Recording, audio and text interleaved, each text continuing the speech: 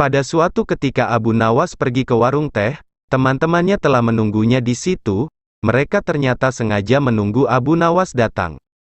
"Nah ini, Abu Nawas datang," ujar salah satu temannya begitu melihat Abu Nawas. "Ada apa?" tanya Abu Nawas sambil memesan teh. "Kami tahu kamu selalu bisa melepaskan diri dari perangkap-perangkap yang direncanakan Raja Harun ar-Rasyid, tapi kami yakin kali ini engkau akan dihukum olehnya bila kamu berani melakukannya." Teman Abu Nawas mengawali percakapan. "Apa yang harus kutakutkan? Tidak ada sesuatu apapun yang perlu ditakuti kecuali Allah," kata Abu Nawas menantang.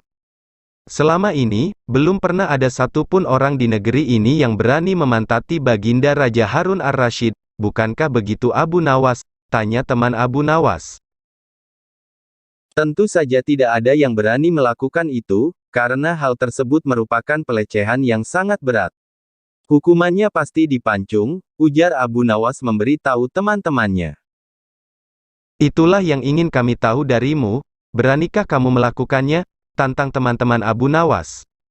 "Sudah kukatakan, bahwa aku hanya takut kepada Allah, sekarang apa taruhannya apabila aku bisa melakukan hal tersebut?" Abu Nawas menantang balik teman-temannya, 100 keping uang emas, "Di samping itu baginda raja harus tertawa ketika kamu pantati," ujar teman Abu Nawas. Teman-teman Abu Nawas tidak yakin bahwa Abu Nawas dapat melakukan hal tersebut, sepertinya Abu Nawas kali ini harus berhadapan dengan Algojo Raja. Di minggu depan, Raja akan mengadakan jamuan kenegaraan, para menteri, pegawai istana dan orang-orang dekat Raja termasuk Abu Nawas diundang.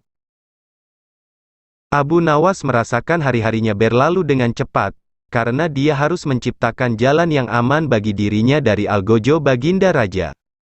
Berbeda dengan teman-temannya, yang merasakan waktu berjalan dengan lambat karena mereka tidak sabar menanti pertaruhan yang mendebarkan itu.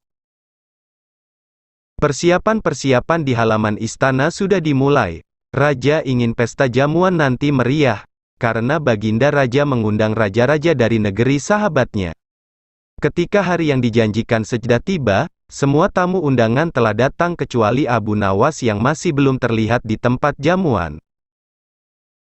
Teman-teman Abu Nawas merasa kecewa ketika mereka menyaksikan dari jauh Abu Nawas tidak datang ke pesta jamuan. Namun beberapa saat kemudian ternyata Abu Nawas datang, dan karena terlambat maka Abu Nawas duduk paling belakang.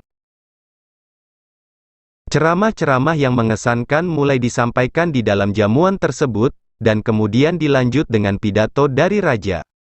Setelah selesai menyampaikan pidatonya, Raja melihat Abu Nawas duduk di belakang di bagian yang tidak ada karpetnya, karena merasa heran, akhirnya dia bertanya. "Mengapa kamu tidak duduk di atas karpet?" tanya Raja. "Paduka yang mulia, hamba haturkan terima kasih atas perhatian baginda, hamba sudah cukup bahagia duduk di sini," ujar Abu Nawas.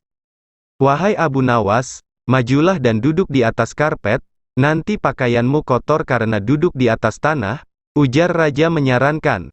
"Ampun tuanku yang mulia, sebenarnya hamba ini sudah duduk di atas karpet," tegas Abu Nawas. Raja merasa bingung mendengar pengakuan Abu Nawas, karena dia melihat Abu Nawas duduk di atas lantai. "Karpet mana yang kamu maksudkan?" tanya baginda Raja. "Karpet hamba sendiri yang mulia, sekarang hamba kemana-mana selalu membawa karpet," jawab Abu Nawas.